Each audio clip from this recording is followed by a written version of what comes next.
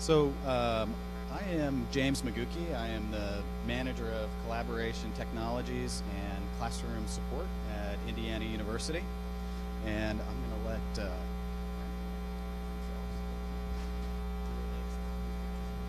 Okay, I don't think you need the mic, but good morning, everyone. My name is Mark Davis. I'm the Director of Education at the Education Practice of North Americas. So glad to be here with you. I'm first to present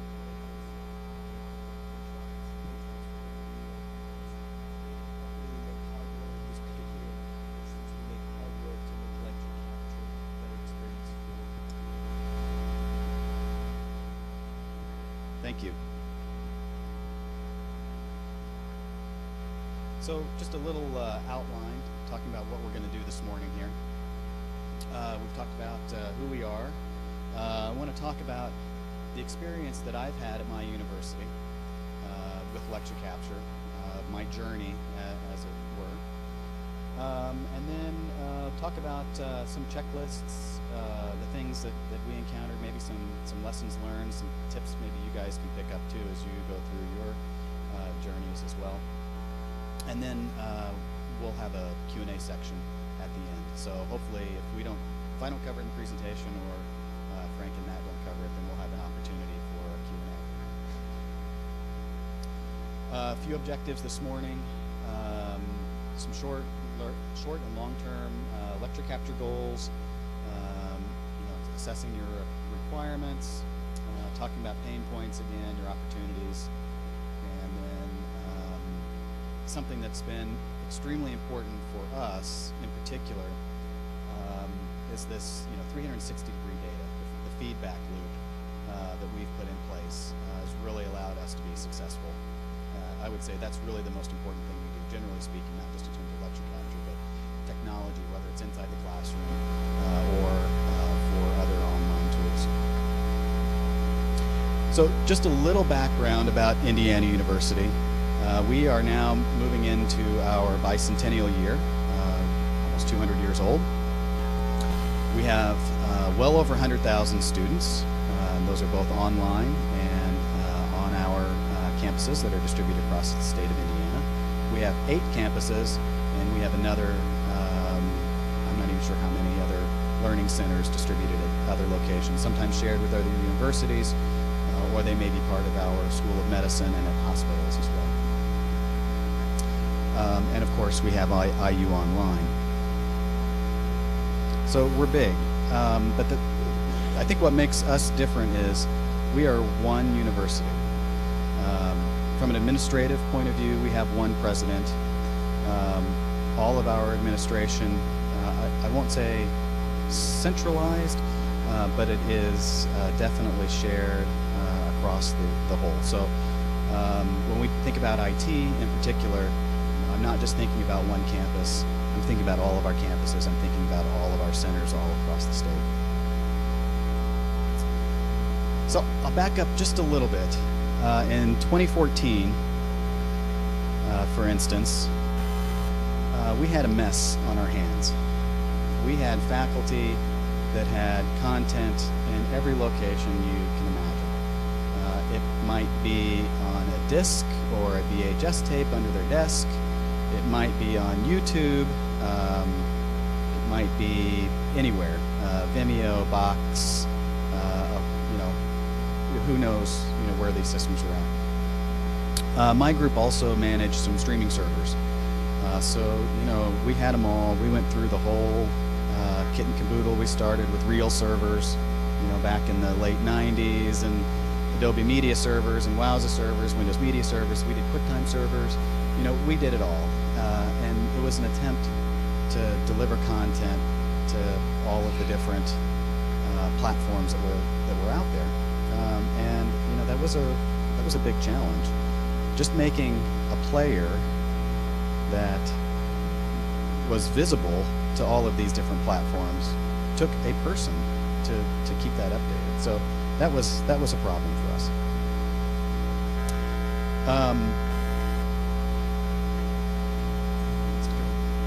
So also in about 2010, we decided to get serious about lecture capture. we'd had some small little pockets of lecture capture, and some middling success with it. And we decided we needed to get serious about it, and so we went to a lecture capture vendor and signed up for 10 rooms. And we bought 10 of their appliances in 2010. And we really didn't know how faculty were going to respond, but it took off, and the faculty that used it loved it, and starting small like that gave us an opportunity to learn and grow the system as necessary. So we took that lecture capture system from 10 appliances in 2010 up to about 45 in 2016.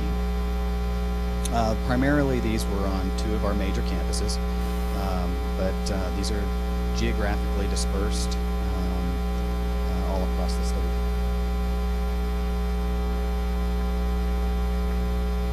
But what we learned from all of this was that we couldn't just plunk down a lecture capture appliance into a classroom and assume that it was going to get used, or if it got used, that it would actually be used well.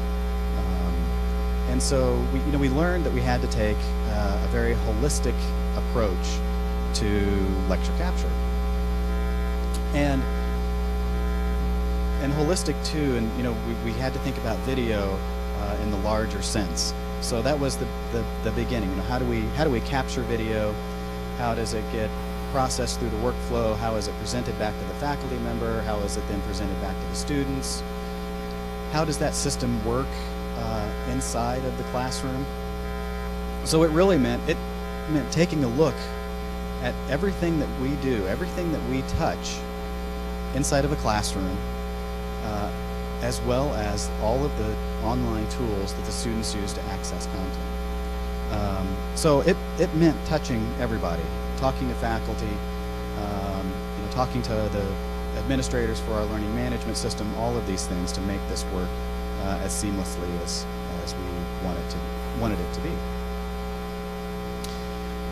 So I talked about all those different repositories for video that we had.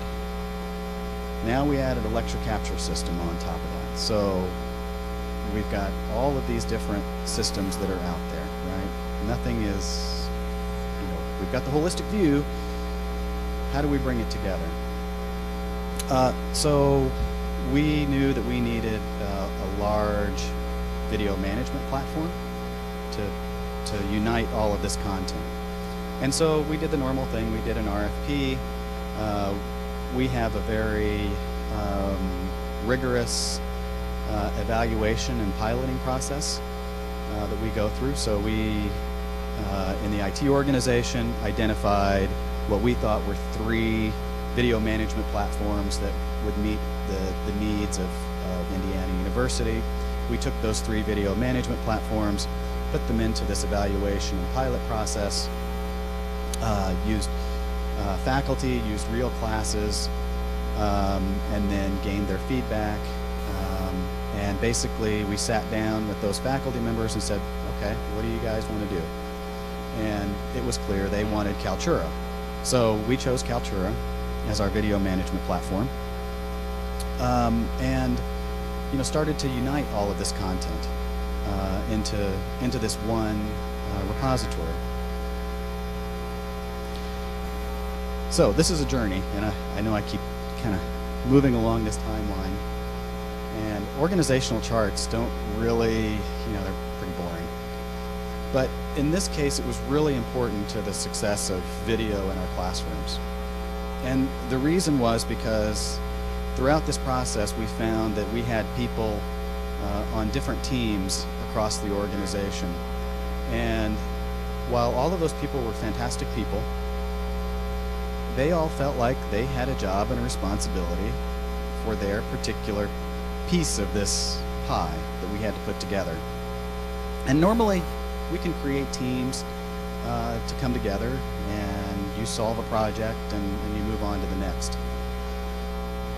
But the scale of making video work in the classroom at a university our size was big enough that we really felt we needed to reorganize. And so what we did, we brought our collaboration tech people together, and we brought our classroom support people together, and we brought the people that do the AV design and installation together, and we put them all under this Learning Spaces group, and it just made sure that everyone was aligned in goals and making video work, so that the cameras, work with our lecture capture system, that the computers have the software that they need to run the tools that are in the classroom. So the ability, at least at my institution, to make these changes and is part of the satisfaction, part of the reason that I love working for Indiana University, because I can do these things and I can get others together and make change for the good.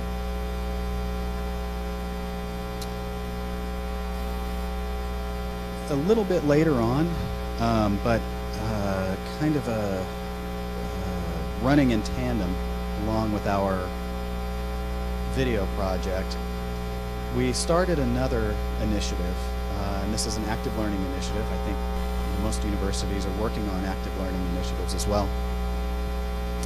And we call ours Mosaic, and it came from my associate vice president, Stacy Maroney. This was her idea, and it came from what we learned from Iowa and their tiles project. But what we found was that in our classrooms, we have so many different needs, so many different programs, schools, that we cannot design a single active learning room to support our faculty. We needed a lot of different types of spaces. And so what Stacy Maroney said was, this is really a mosaic of different spaces. And so, that's fantastic. Boy, that's a real challenge to build and support all of these different spaces. But just like we've done with our other processes as we've made these big changes, so for instance, implementing video in classrooms or choosing a new LMS, we use a process, and the process works.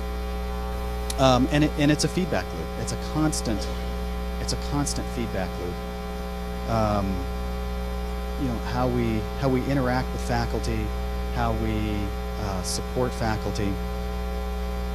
In particular, the Mosaic program, what we do is we seek out faculty members who are eager to teach in new spaces. Right? So these are the people that want to do new things, that are at the tip of the spear, and they go through an application process. We choose them to teach in our spaces.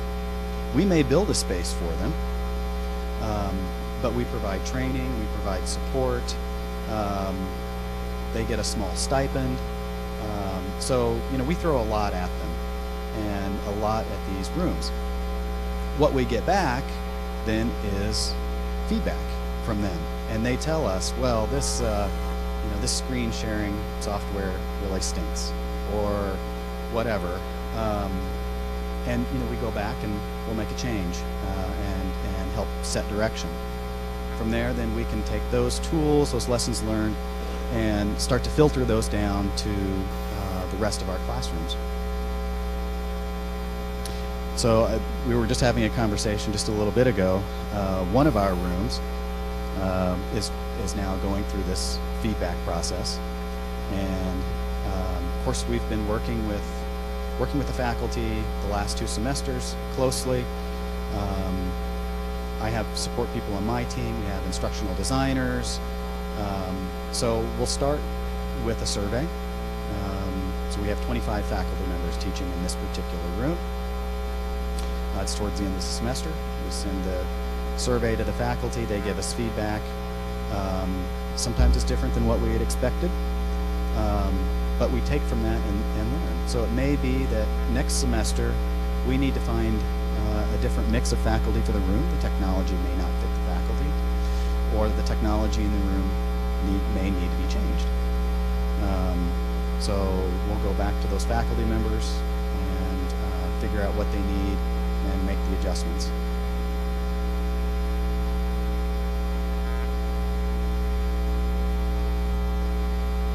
So in terms of lecture capture, or classroom capture as we typically call it, we use it for a lot of different things. We've got traditional lecture capture, but one of the things that we found is once we started to put cameras in the rooms, once we started to make the capture easy to use, and especially with some of these active learning initiatives that are happening, students are giving a lot more presentations than they had in the past, and recording these presentations for later review or grading has become much more of a priority. So pretty much all of our freshmen will take some type of speech or communications course, but our business program in particular, some of our other schools and departments use it heavily for student presentations as well. So that's a use case that we need to support that may be different in terms of how the technology is used. Of course, group projects. I'll talk about research and observation here in just a second, but also conferencing apps. And so this is why we talk about making our rooms video capable. Because of our IU Online initiative, because the world is getting smaller, because of conferencing apps, we've added audio and video capabilities to nearly every classroom that exists. So we have remote presenters that come in, we have students that are at home sick. There's a whole number of reasons why this is happening, but it's now an expected bit of technology in all of our classrooms. So I wanted to show this particular view. This is a wide-angle camera that we installed in one of our active learning classrooms. And part of that mosaic initiative for those faculty that are selected is that there needs to be a research component to what they're doing. And the faculty have a wide breadth of things that they can choose. But we've done some research on our active learning classrooms. So we've used these same tools that we use for classroom capture to also provide research for a classroom. So this room in particular, we've learned a lot about the usage of the room and how the furniture has been moved, how they've used whiteboards, how they've used the screen at the front, and those sorts of things. And we would probably not design this room the same way because of this. So between the feedback and between the observations that happen in our spaces, our next generations of rooms will be different.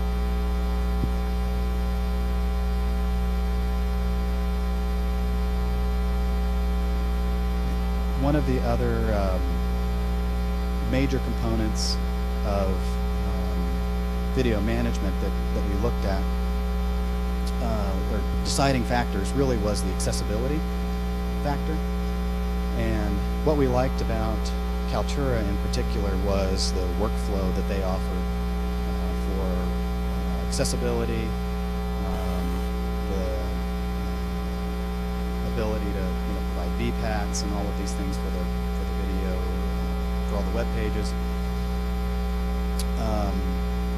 And we use, for us, we found that there's a lot of students that are asking, requesting accommodations for closed captioning in particular, or the ability to provide transcripts. So for our instance of Kaltura, every piece of content gets run through an automatic speech-to-text conversion process.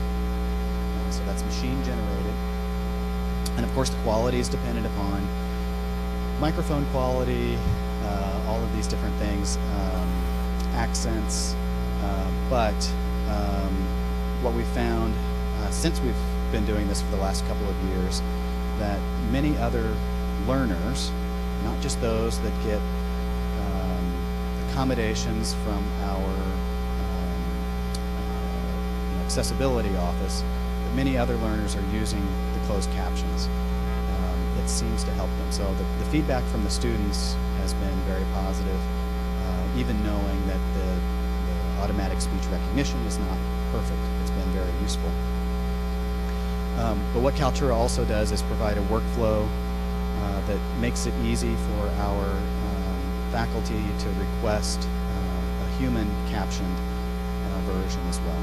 So if they have a lecture capture, if they have another video that they've uploaded, they can click on a little button and make the request for human captions, and then someone in our accessibility office receives that request and then can send it off to the vendor to be captioned, and then we get a high quality version that meets all of our requirements for accessibility.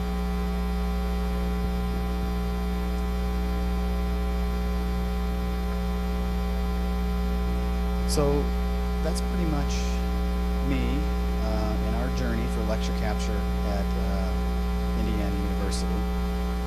I'm going to have Frank and Matt come up here too, talk a little bit.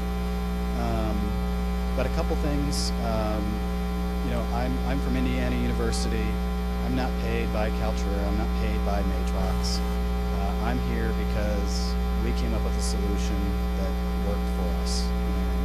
I want to share it with the rest of the community. They have been good partners with Indiana University. A lot of the tools that exist today for lecture capture did not exist at the time, and you know, they have developed those tools to support us and our community with feedback from us.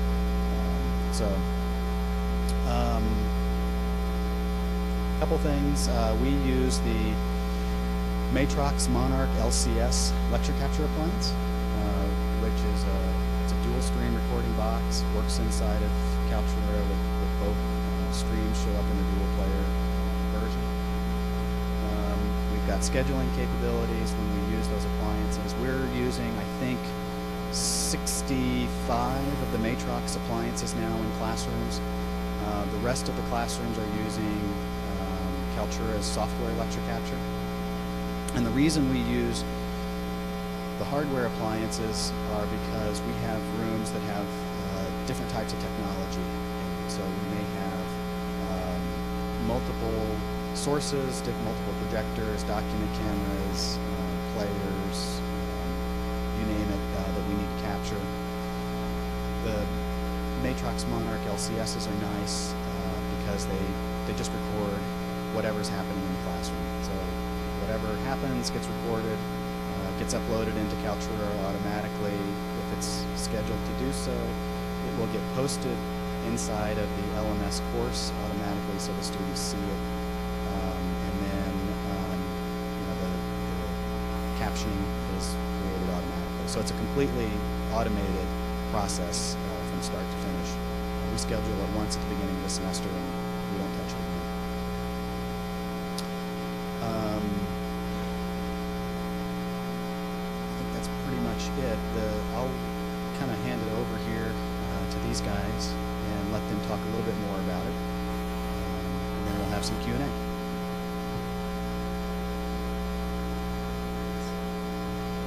So I'll take a few moments just to talk about the integration of how we got into it, because I said in the beginning, Matrox is a hardware manufacturer, right? And we make hardware to fit various workflows to make them easier. And we're very conscious of the fact that where we live in the ecosystem here in the classroom, our goal from the very, very beginning, and it's funny how we met James many moons ago at an Infocom, they were actually using our clients for webcasting, for convocations or special events at the time. And it was from that conversation that James basically brought to our attention that we could be in every classroom that needed, like he explained, the ability to record the material and room cameras, right? And from that, we really grew into, because even though we would like to think that we're geniuses, we didn't come up with this ourselves. It's in conversations with universities that we really got to the point where the key thing is to be invisible. Like James said, you start the semester, you load the schedule, you tell the boxes where and when they have to turn on and turn off and where they have to publish, and that's it. That's when he introduced us to the folks at Kaltura. And I loved, I don't remember who at Kaltura had used this analogy, but they wanted us to think of them as the ocean of give me, I am the collector of all of what's happening in the classrooms, video content. Video is extremely important asset to help students enhance how they learn. It's not a matter of I'm not going to go to class. It's I want to listen in class, and I want to be able to know that I have backup for my studies if I didn't really get what was going on. I wish I had that when I was in school. I spent a lot of times writing notes for no reason, where if I had this, it would have been just focusing on what was going on. So having the ability to have a robust appliance when necessary in the rooms and publishing it to Kaltura, where they could add metadata to this content and really make it valuable. James talked about the closed captioning, voice to text, so it could be searchable, right? That's very, very good. The other thing that we've done in working with the folks at Indiana and Kaltura is we have a mode which is, James had mentioned that we have 2 inputs, so we can take in room camera, document camera, presentation material, whatever you choose. But we record those sources in full resolution, full frame rate. We don't necessarily, we allow you to choose picture-in-picture or side-by-side if you want that. But we have a mode where it's most popular. Indiana's using this mode, which is dual ISO, which is basically record them full resolution, full frame rate, and because of Kaltura's multi-stream player, let the viewer decide how they're going to absorb that information. Because if I cook a picture-in-picture over, you know, the top of that screen, and there was very important data on the presentation, I can't move it. But in a dual ISO mode with a multi-stream player like Kaltura has, you can dynamically switch. No, I just want to focus on the professor. I just want to focus on what's happening on the screen. I want a side by side now. I want a picture in picture. They become the decider of that. So, you know, all of that feedback came into Matrox, and we created something that was truly a set it and forget it. We understand that things are being recorded. We have to be reliable first, of course. So it has to be scheduled, it has to be recording, and in Indiana's case, they also helped us build something which we call Matrox Monarch LCS Radar, which is very important, especially geographically. The way the classrooms are split is there's miles apart between classrooms and the administrator. So you have to have an eagle eye on what's happening. So there's an application which is a web app that you can run anywhere, that we give away for free, and it's a global view of all the Monarchs that you have installed, and you have a preview window, you have status, you have the ability to email specific people in the university saying camera in room A is off, send somebody, you know, or network connection is down, stuff like that. Again, I'd love to take all the credit and say we created that ourselves.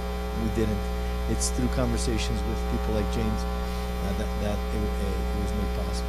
And the last thing I'll add is that one of the main goals was invisibility, like I mentioned, but the other thing was accessibility. We wanted it to be a piece of technology that, you know, a university could think of in every classroom. If you really believe that lecture capture could enhance the learning experience, let me make it so that it's affordable.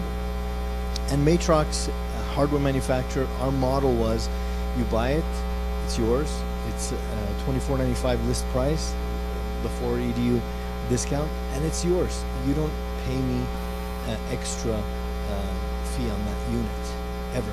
You don't pay me, you know, per how many students you have. It's $24.95, it's yours. It's a purpose-built device that you own and will support you. So that seems to be something that is also resonating, is that we're making it affordable so that you can think about it in every classroom, right? I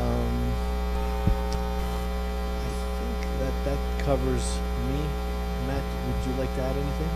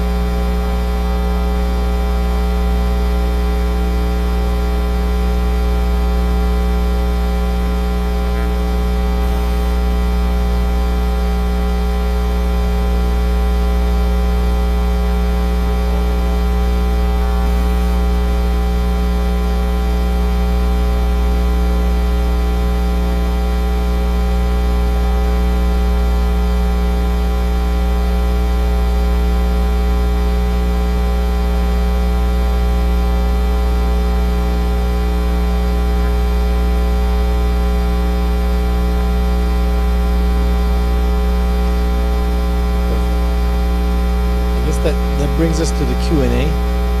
So if you guys have any questions, we have about 15 minutes to go through.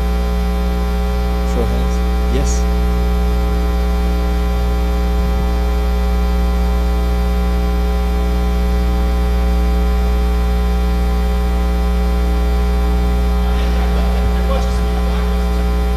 It's just you. You're the first. Yeah.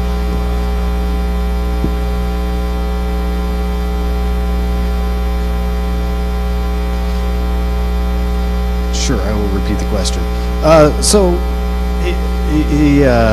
the question was about addressing the weariness of technology of faculty members, maybe scared to use new technologies, or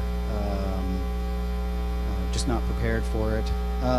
So most importantly, we target the early adopters, and that's, Mosaic in particular is for those early adopters, and get them on board early.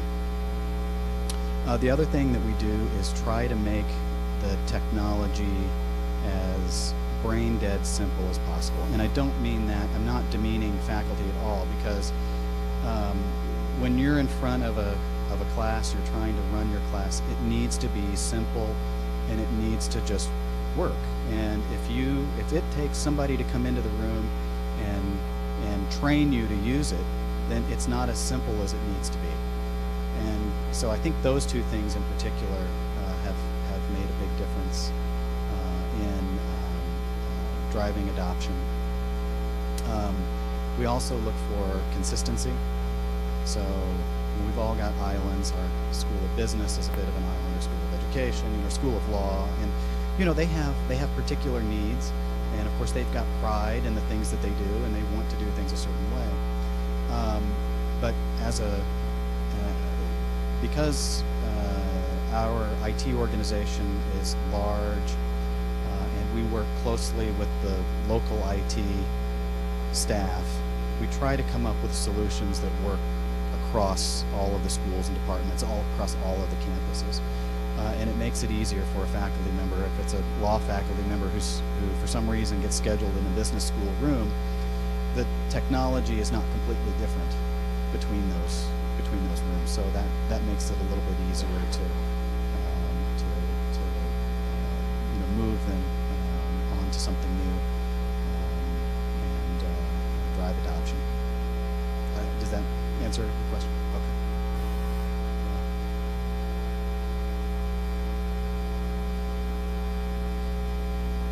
Yeah, so the question was about having operators for the cameras in the classrooms.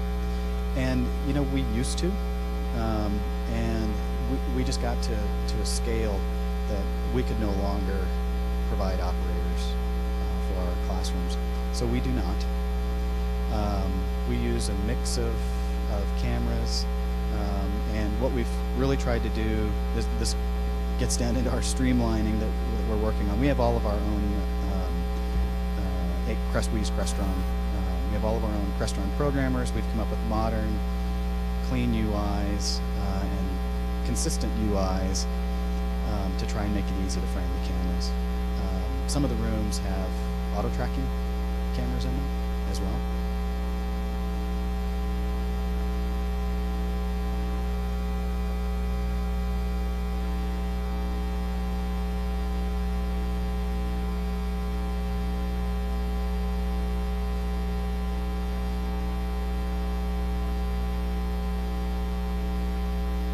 Yeah, so the question is about the application process that faculty go through for the Mosaic program, for instance. How do they get into it, and the questions that are asked.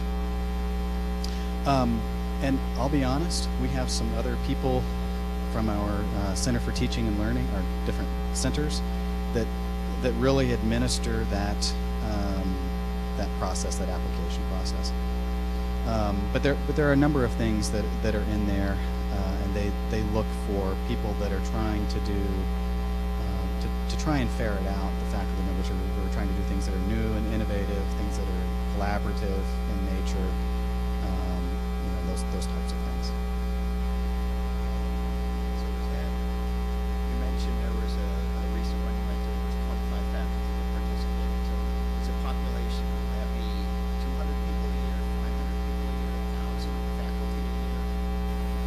Yeah, the list is growing dramatically because we've increased the number of these active learning classrooms, and of course the breadth of some of the differences that go into those classrooms. So yes, yeah, it's a real challenge to collect information and figure out how to do things. The good thing is that as we've gone through the process, we're getting much better at designing those rooms. So by the time we get to the point where we're ready to build a new one, we know what the rest of what the faculty members said before. We know how to support it. We know how to train, and so the amount of work that goes into each room diminishes over time.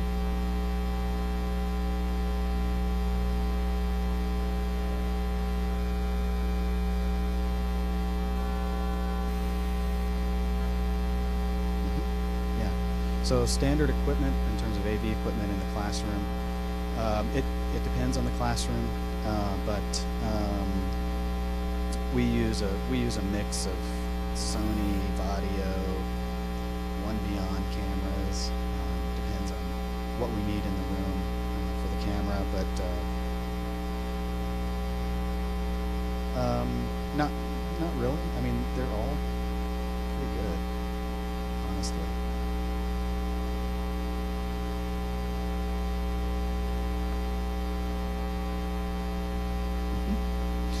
Yeah, so we were using wireless screen sharing, and kind of another similar process that we went through. We happened to choose one vendor, and the vendor we went with was Immersive Solstice, and we're putting that in pretty much every classroom now. So that's one of the things that we've learned as a way to increase collaboration in the classroom is to add wireless screen sharing. And so if it's in a room, about 65 of them that we have the Matrox appliances in them, then of course we can capture that. It's just another source. We'll record whatever goes to the display, whether it's a flat screen or a projector. If we're using software lecture capture, then it's not going to get captured.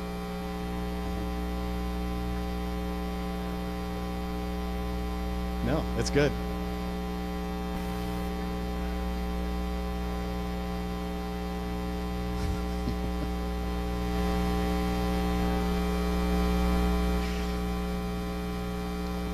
Yes, so we have had a fair number of faculty members who treat lecture capture as their online strategy. And we highly discourage this.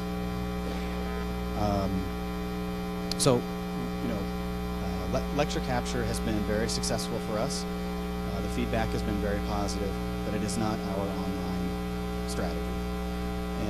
And that's a difficult, sometimes that's a difficult conversation to have with somebody. And what we've tried to do is on the other side of the house, where we've got our online learning, is really work with those online designers and to target those faculty members. And so, we try not to beat them with a stick, but really take them with the carrot and say, if you want to do online, we have a better way to do it, and try to get them to do something else. So, one of the other teams that's in my portfolio is we've got faculty media production studios. And so that's the first thing that I'll say is, look, why don't you come into the studio? I'll have a professional work with you, and we'll produce some high quality content, and it will be engaging, and it will be reusable, and we'll integrate it into your course, and use the lecture capture for its purpose, for lecture capture. And so typically we get pretty good volume. Yes.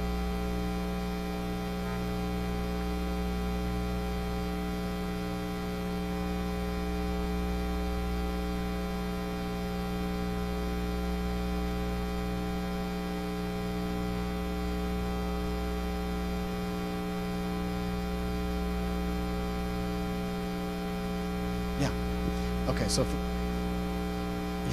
yeah, good, very good questions. Okay, the first question is about FERPA and capturing in the classroom. So at IU, there's when the students sign up, there's some sort of an agreement they sign with a clause that talks about capturing their image, and our legal counsel has supported us in this regard by saying that as long as that recording is only made available to the section that the students are in, that we don't have any issues. So that's our interpretation with our agreements. That if I'm a student, I give a presentation in front of class, and then that video is available to the class, you were already there, and so that's not a legal concern. To do anything else with that video requires permission and waivers and those sorts of things. So that's how we handle it at IU. We do not make the students sign a waiver every time we turn on a camera. And then the second part of your question was about the accuracy of the mechanical or automated speech to text, and it really depends. With a very flat Midwestern accent and a good microphone, we're seeing mid-90s. Now that's best case, but usually we're getting 80s, mid-80s in terms of accuracy. And then Kaltura provides an easy-to-use editor for captioning. I don't know if that is standard, if that's part of REACH program, how you get a hold of. So you can choose to have it done professionally, right? Ship it out, pay somebody $100 an hour, whatever, do it right. Or you can put together a collection of students that have taken the class before and have them do it. So however you choose. So we have a number of faculty that edit their own captions, and they'll clean them up, and it's pretty easy to use.